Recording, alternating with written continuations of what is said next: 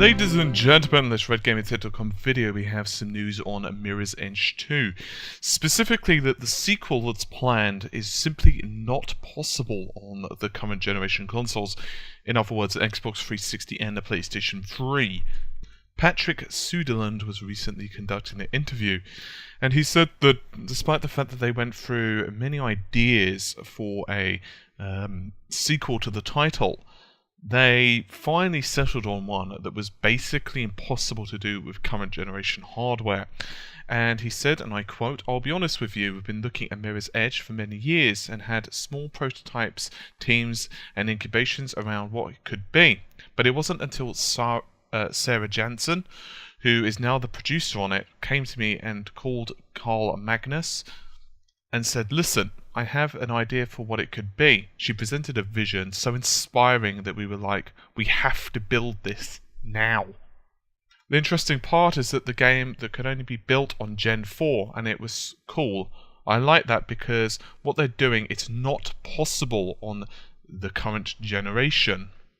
And he also said that we sold about 2.5 million units with Mirror's Edge and people haven't even blinked at it. Of course we're going to make a new Mirror's Edge. The whole company has been behind it. Of course we think that this will be successful, that people will love it, and we're going to sell a lot more than we did the first one. A lot of the times you've got to follow your gut and your heart rather than looking at everything that necessarily made sense on paper. I think that our fans are going to be pleased to hear that, and I'm glad for work the company that gives us this opportunity. End quote. So Mirror's Edge, of course, is going to be released on the PlayStation 4, the PC, and of course the Xbox One. And this is a really good example of what I've been saying for a number of weeks, in fact months now. Bethesda, Dishonored developers, who are of course at Arcane Studios, and various other companies have all commented that their visions have been somewhat hampered by current generation hardware. It's as simple as that, really. You can only push something as much as you want to. So I'm really actually happy that EA have pretty much said that, well, we're not touching this. We're not going to try and release it on the system. They're not going to do a cross-generation release, which of course would mean that it was also released on the PS3 as well as, say, the PS4. Instead, they're just saying, you know what, we realise this is impossible, and we're willing to let the designers, let the leads basically take the action they want, and taking a bit of a risk. And I actually really applaud them for this. And I'll tell you why, because if you target an already established install base, so for example the PS3 and Xbox 360, you know that your game has a hell of a lot better chance of selling.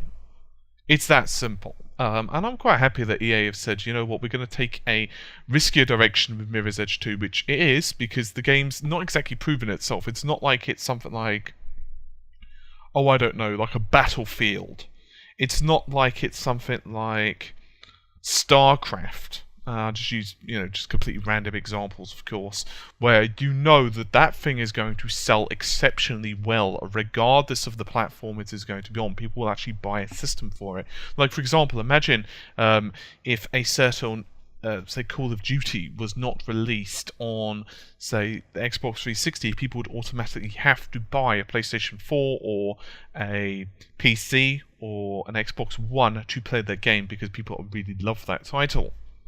To be honest as well, he says without even checking his Steam list, I'm almost positive I've got hold of a copy of Mirror's Edge, so I'm probably going to give it a second chance, because I only played it very briefly. By the way, it also supports on the PC and NVIDIA Physics, which is pretty awesome.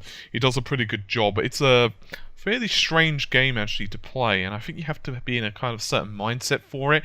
But now I've played a lot more Dishonored, I'll probably be a lot more likely to be able to enjoy it, because obviously Dishonored, although obviously they're very different games, in one respect has a slight amount of similarity, simply because it's from a first-person type of running, jumping kind of affair. Obviously very different, but you get the idea.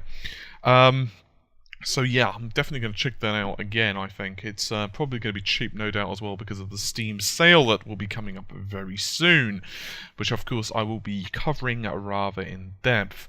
Anyway, to cut a long story short, I'm really happy that EA have taken this decision. I'm quite looking forward to this title, to say the least. Meanwhile, however, hopefully you've enjoyed the video. I will see you soon. Take care, and bye for now.